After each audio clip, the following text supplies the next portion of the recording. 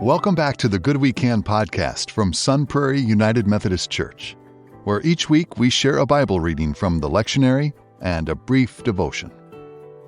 We turn to the Psalms, where I'll be reading verses 5 through 7 of Psalm 78, and this is from the Common English Bible translation. He established a law for Jacob and set up instruction for Israel, ordering our ancestors to teach them to their children. This is so that the next generation and children not yet born will know these things, and so they can rise up and tell their children to put their hope in God, never forgetting God's deeds, but keeping God's commandments. And now for a devotion from the book called Disciplines, an Upper Room publication.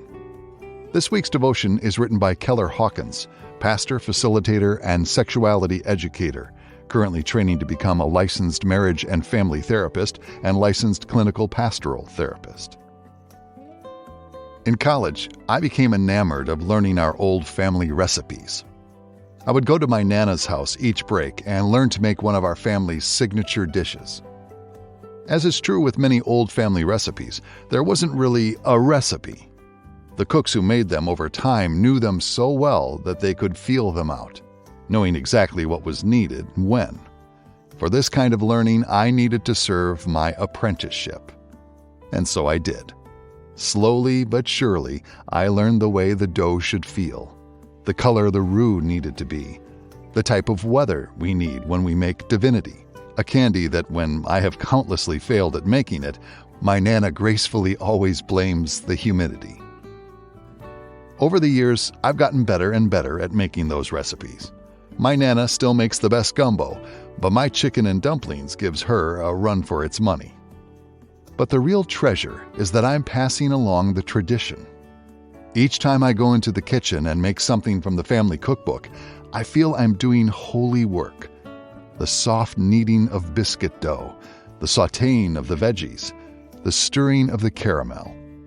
This is a part of my culture that I am proud of, that I wanted to learn so I could pass it on. It excites me, energizes me, and gives me purpose. When the psalmist talks about passing down our stories and wisdom to the next generation, I think about my moments in the kitchen with my Nana. The psalmist yearns for that next generation to rise up and tell their children to put their hope in God, not because they have to, but because they want to. How might we live in a way that spurs our grandchildren to ask, "Can you teach me?" God of wisdom, guide us to build cultures we are proud to pass on, in your name. Amen. And now a question for your personal reflection this week. How do you put your hope in God? What are you doing to awaken faith in the next generation? You've been listening to the Good We Can podcast from Sun Prairie United Methodist Church. We will conclude a two-part worship series this weekend called Living a Christ-Centered Life in a Selfie-Centered World, which will focus on social media and mental health, especially for our children and youth. Pastor Jenny's sermon title will be Screen Foolish. Sun Prairie United Methodist Church is located at 702 North Street in Sun Prairie, just south of Northside Elementary School. We gather for worship each Sunday at 8:30 and 10:45 a.m. For more information about our church, please visit sunprairieumc.org. And may God bless you until we meet again next time, right here on The Good We Can.